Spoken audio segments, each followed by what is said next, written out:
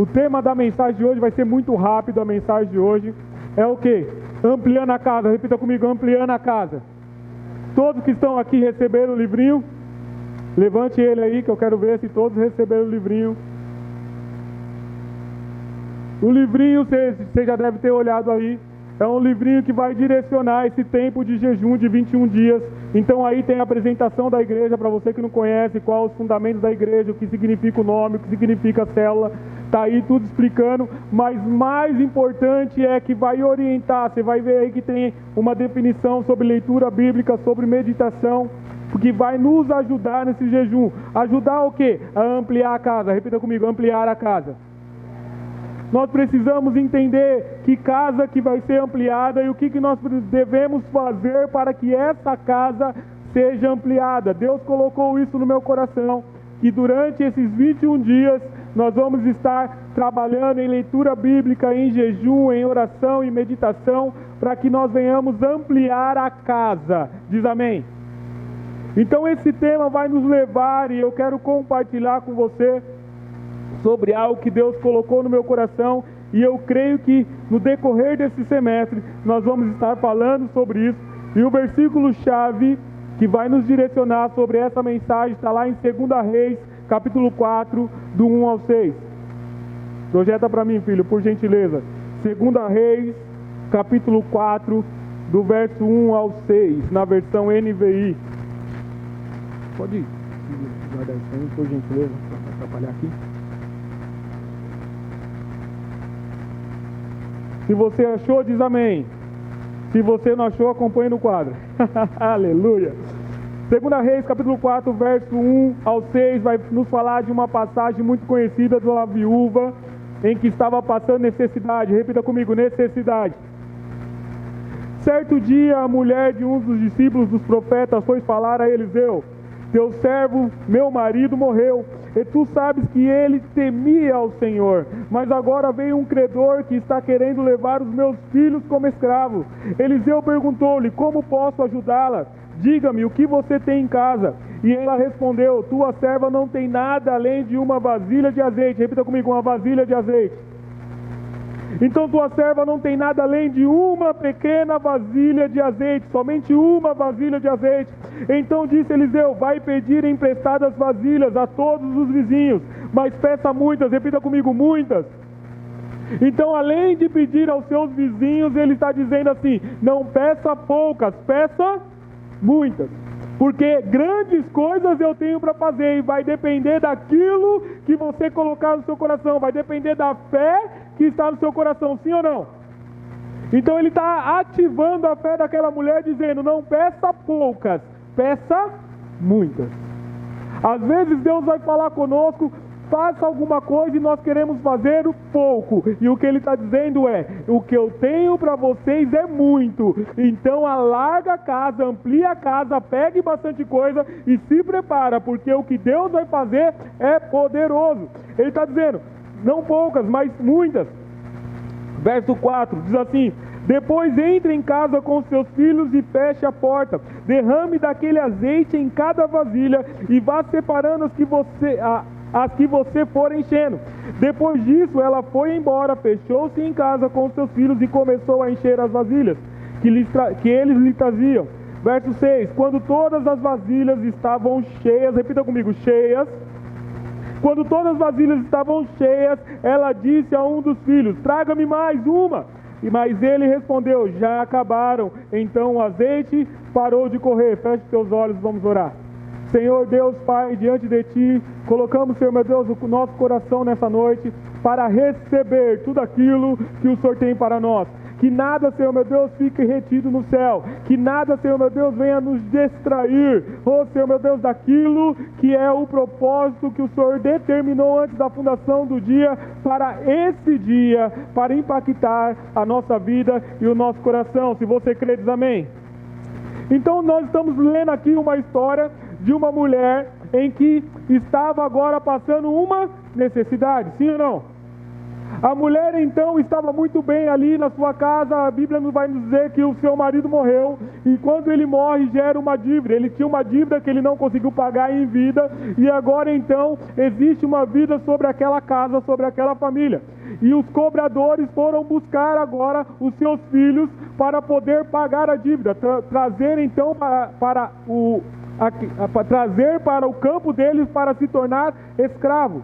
Essa mulher então, no momento de necessidade, ela vai ao encontro de um homem de Deus.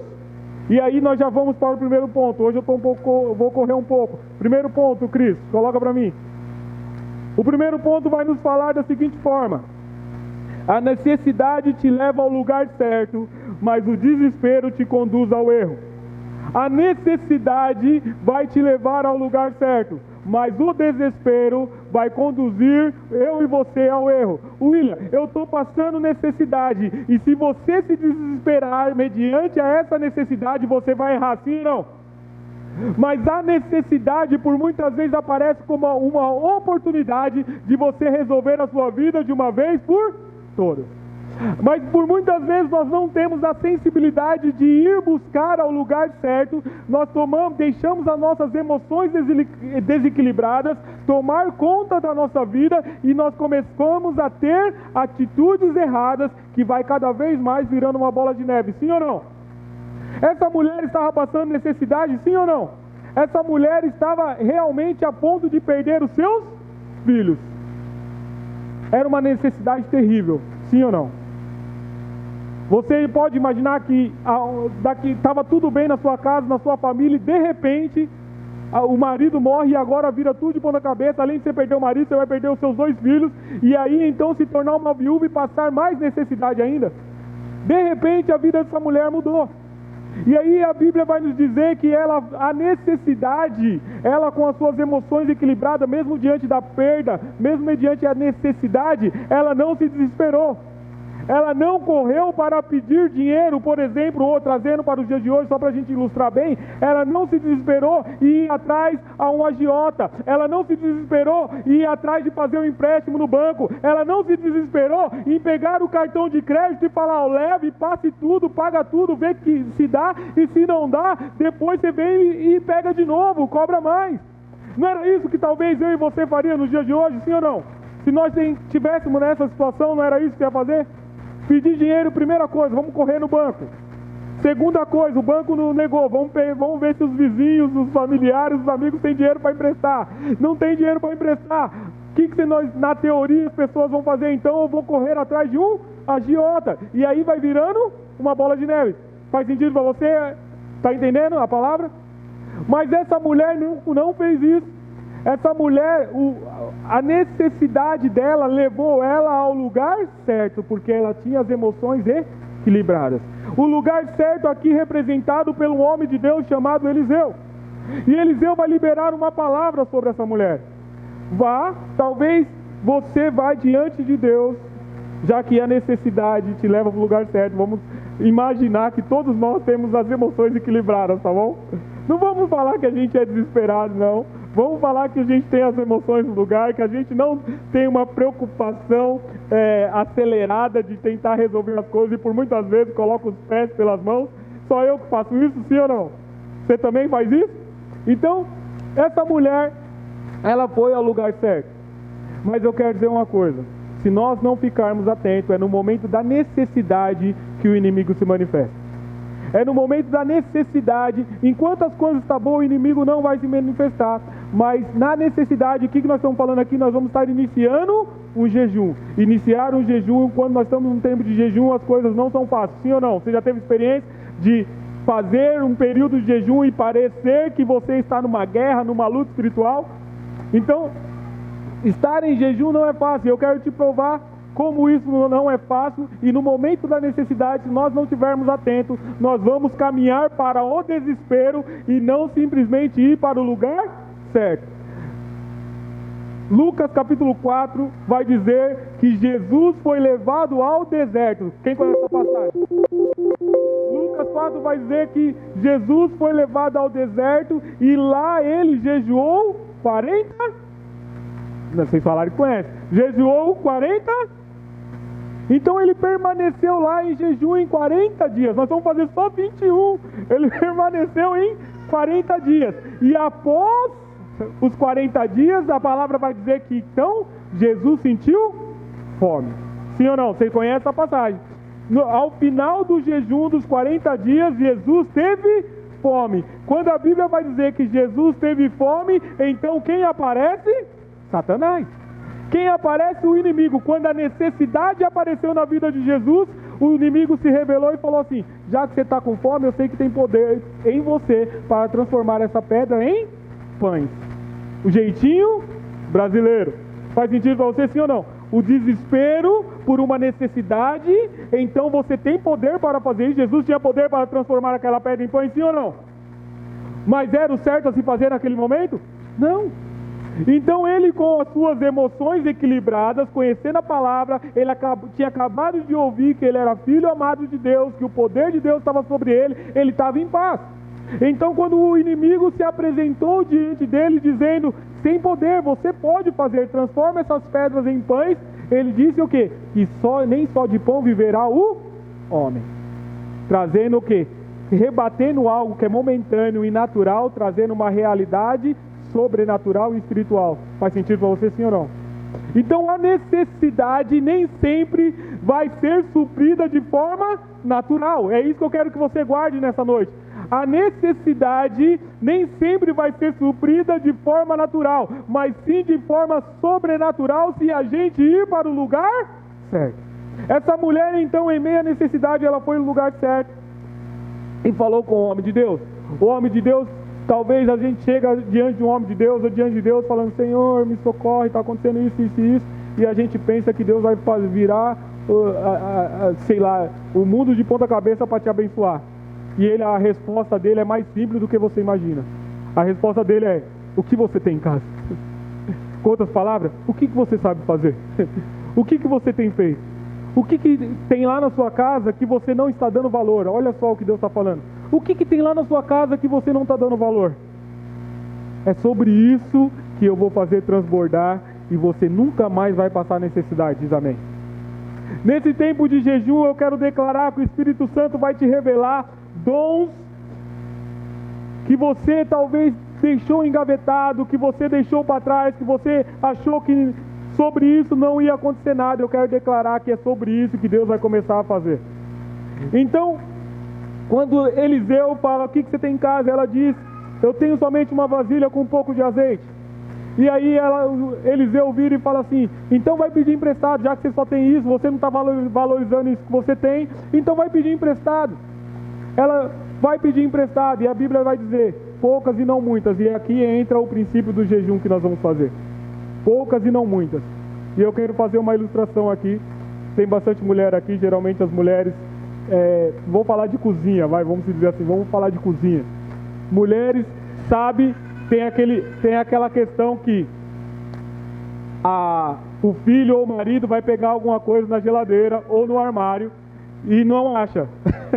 E a mulher de costa fala: tá em tal lugar, assim, assim, assim, a gente não consegue achar. Ela levanta, calma, né, não brava, ela levanta e vai lá e pega, e você percebe que está bem na sua frente. Já aconteceu isso com você, sim ou não?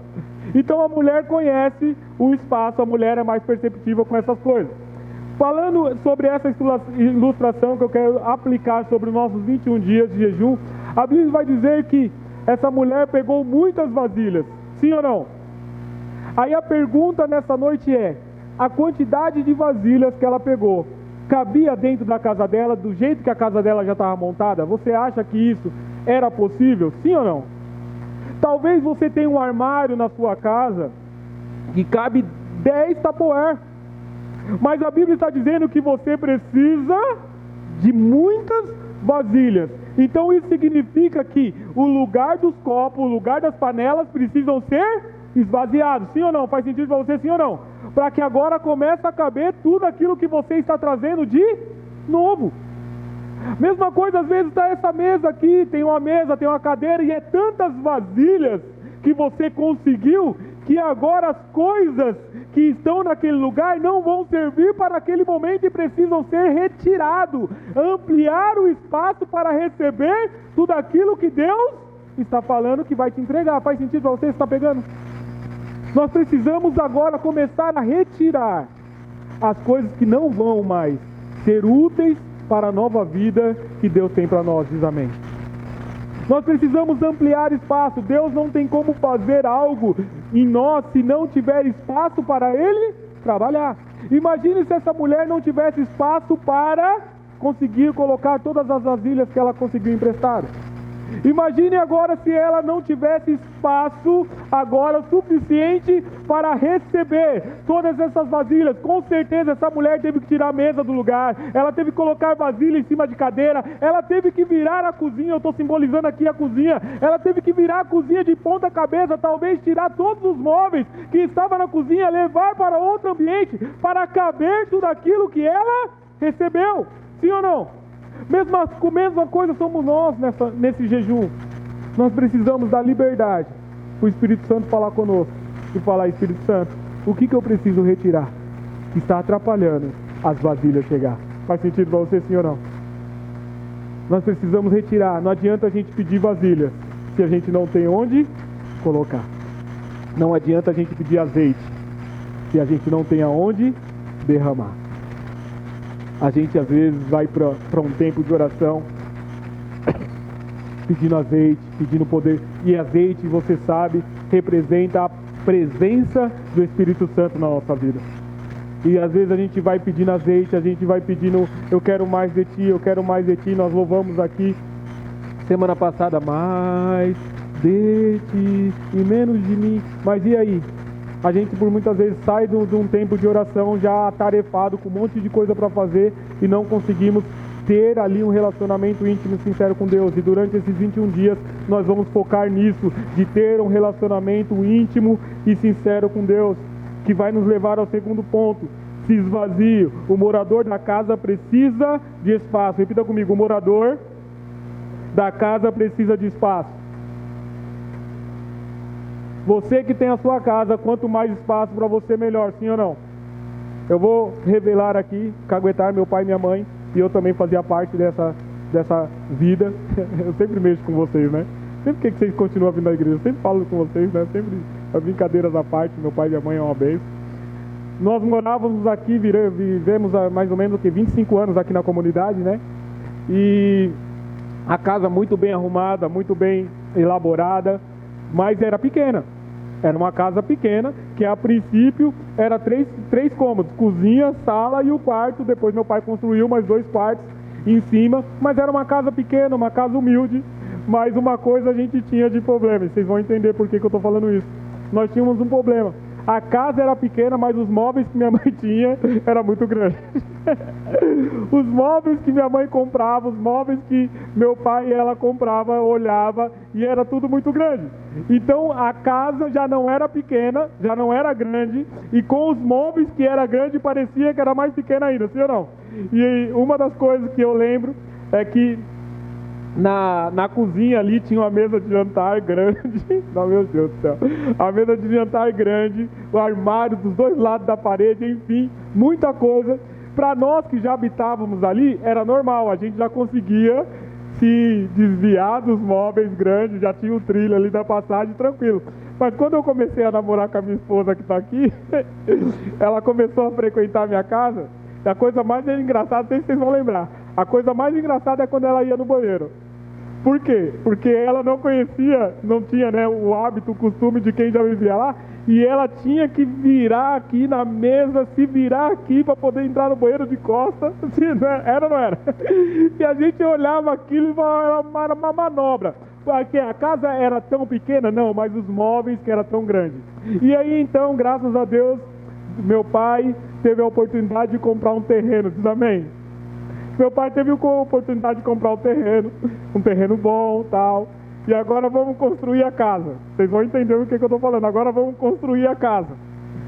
Vamos fazer o projeto, o desenho da casa. Rapaz, todo mundo que vai lá na casa do meu pai, primeira coisa que eles olham, que falam: meu Deus, que sala grande e que cozinha grande.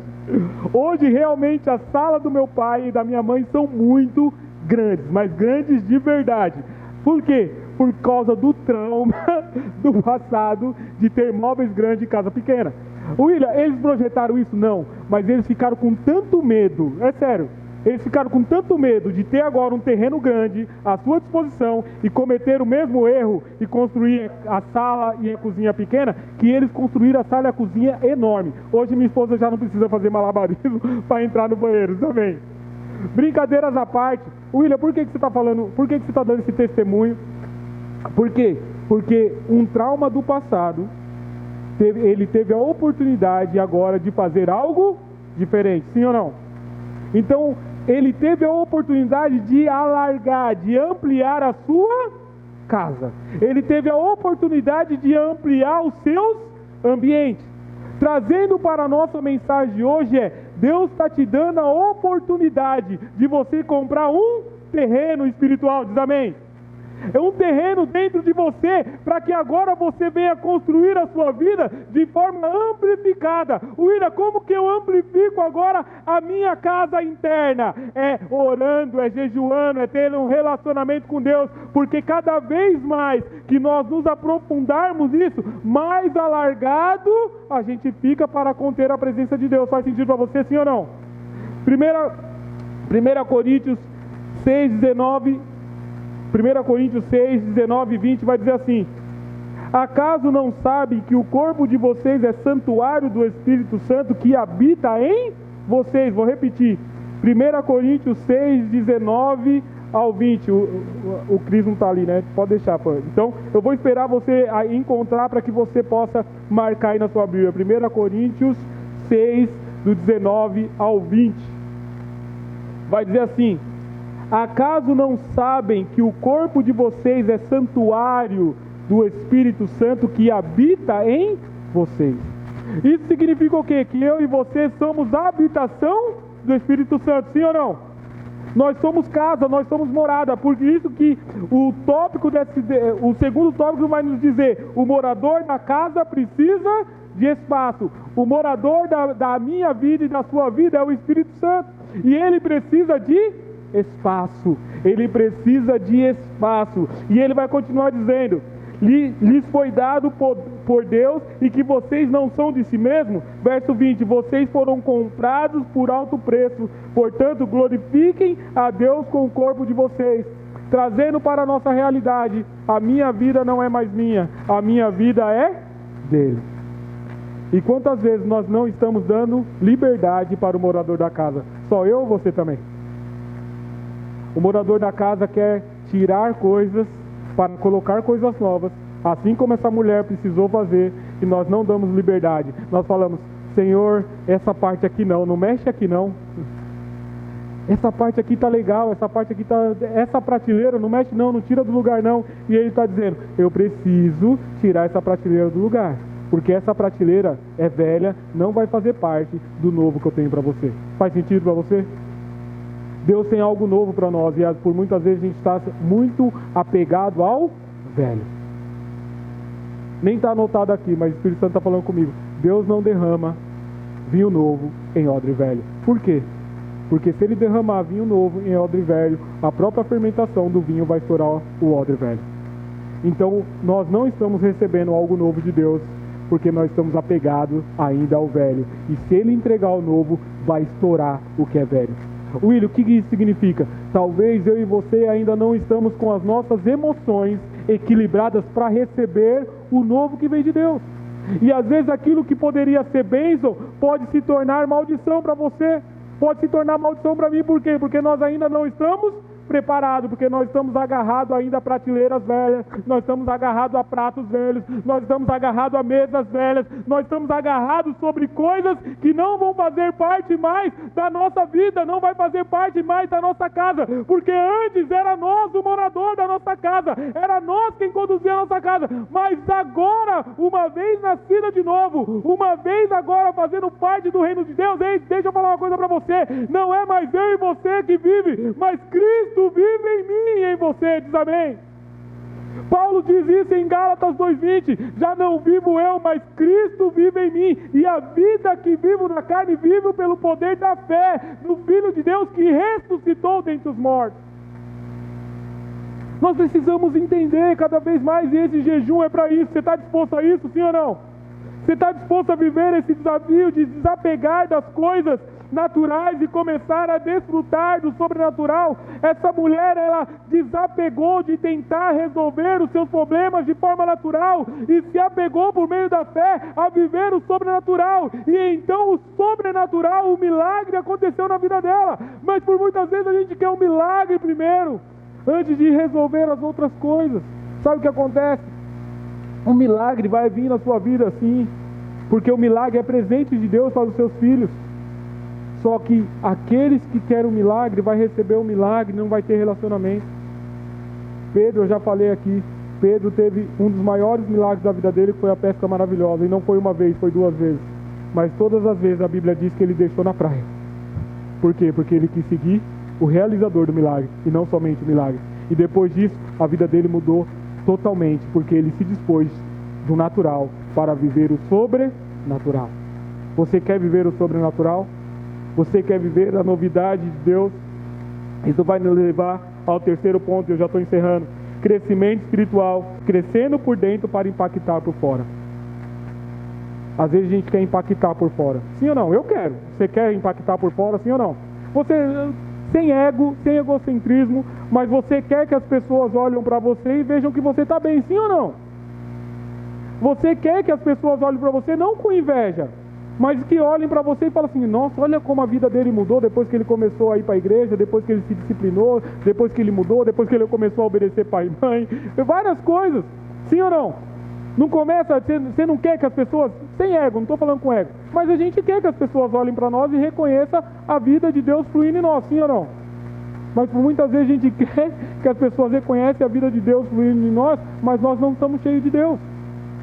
Faz sentido, sim ou não?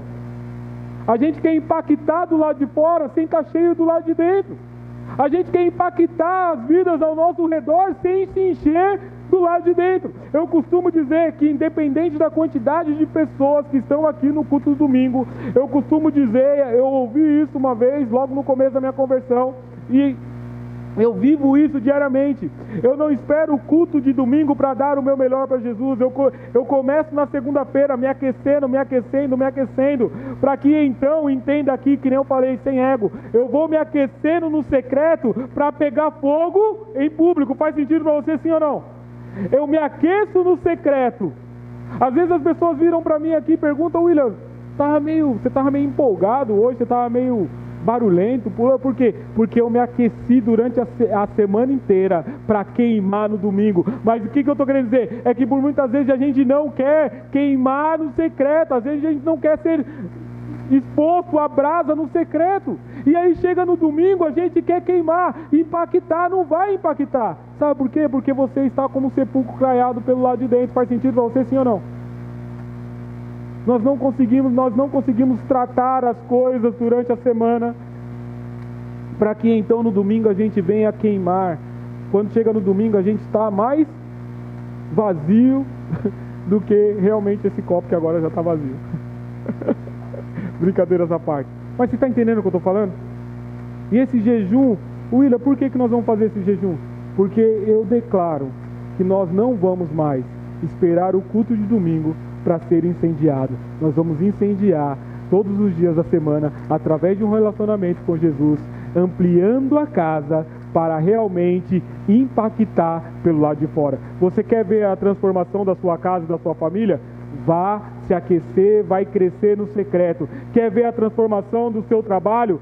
Vai aquecer, vai se alimentar no secreto. Quer ver a transformação da sua casa, da sua escola? Vai se esquentar no secreto. Quando você crescer por dentro, aí você vai ver que você vai impactar por fora. Faz sentido para você, sim ou não? Mas nós precisamos viver essa verdade, nós precisamos viver essa realidade de sermos mais intensos cada vez mais. 1 Coríntios 14:4 vai dizer assim: quem fala em línguas a si mesmo se edifica, mas quem profetiza edifica a igreja. E eu estou caminhando para o final. Quem ora em línguas edifica a si mesmo. Ô William, mas eu não oro em línguas. Aqui a palavra está dizendo realmente de uma oração em línguas. Aquele que já é batizado com o Espírito Santo. mas eu quero trazer para a aplicação da nossa mensagem. Aquele que ora em línguas, aquele que tem um relacionamento com Deus, aquele que vai para o secreto, aquele que tem intimidade com Deus, edifica a si mesmo. O que é edificar a si mesmo? Aplicando para o nosso jejum. Edificar a si mesmo é alargar, é ampliar a casa. Faz sentido para você? É ampliar a casa. Então, quando eu oro, quando eu tenho um relacionamento com Deus, o que eu estou fazendo? Eu estou ampliando a casa, para que então a continuidade do versículo vai dizer, para que quando eu profetizar, eu vou impactar a igreja. Quando eu abrir a minha boca, é o Espírito Santo que vai falar. Por quê? Porque eu estou cheio dele. Não é a minha emoção que vai falar, não é a minha alma que vai falar, mas é o Espírito Santo que vai falar através de mim. Agora deixa eu fazer uma pergunta e não precisa me responder. Como que o Espírito Santo vai falar através de mim se eu não estou ouvindo ele falar? Como que o Espírito Santo vai falar através de mim se eu não estou cheio dele? A Bíblia vai dizer, a boca fala do que está cheio o coração. E do que está cheio o seu coração hoje? Do que está cheio o meu coração hoje? Das preocupações do dia a dia? Dos anseios de um futuro melhor, mas que você não busca diante de Deus saber qual é esse futuro? Então que você nessa noite, eu e você, possamos fechar os nossos olhos e começar a orar e falar: Jesus, livre-me de ter uma casa vazia. Livre-me de ser uma casa vazia. Livre-me de realmente não ter o que impactar pelo lado de fora. Livre-me, Senhor, de realmente estar com a casa pior do que vazia. É estar com uma casa cheia de coisas que não servirão para o meu futuro. Coisas que estão se estragando, coisas que estão apodrecendo, coisas, Senhor meu Deus, que estão me arruinando por dentro, raiz de amargura, falta de perdão. Pai, em nome de Jesus, eu quero me esvaziar disso. Começa a falar com Ele. Eu quero me esvaziar disso. Eu não quero mais ser o mesmo. E mediante a esse jejum, Senhor, cada vez que o Seu Espírito me revelar coisas que eu preciso tirar, para que o Senhor venha me encher, eu vou decidir retirar totalmente da minha vida. Eu vou decidir retirar totalmente da minha história, porque eu não quero ser mais o mesmo. Eu quero viver o que essa viúva viveu. A Bíblia vai dizer que depois que ela ampliou a casa, o azeite não parou de cessar enquanto havia espaço, e o azeite que foi derramado foi suficiente para pagar a dívida dela e ela viver o resto da sua vida em paz. Se você quer paz, simplesmente não procure de forma desesperada suprir a sua necessidade. Primeiro vai aos pés do Senhor, primeiro vai buscar ao Senhor, primeiro vai ampliar a sua casa, primeiro vai ampliar a capacidade que você tem de ter revelação do que Deus tem para a sua vida, e depois sim que você receber, você vai ver que será o suficiente para suprir toda a sua necessidade e ainda transbordar na vida dos outros. Deus está falando no meu coração: o que eu tenho para derramar sobre você vai trazer uma cura no seu interior, e eu vou te usar para que essa ferida que um dia te marcou tanto seja poder agora, autoridade, para que você venha curar a outros. Você vai receber um bálsamo do Senhor, curando os seus traumas, curando as suas feridas, para que você venha se tornar homem de Deus, mulher de Deus, com autoridade para ajudar a outros que estarão passando pelo mesmo problema. Se você crê, diz amém. Aleluia, Jesus. Vamos colocar de pé.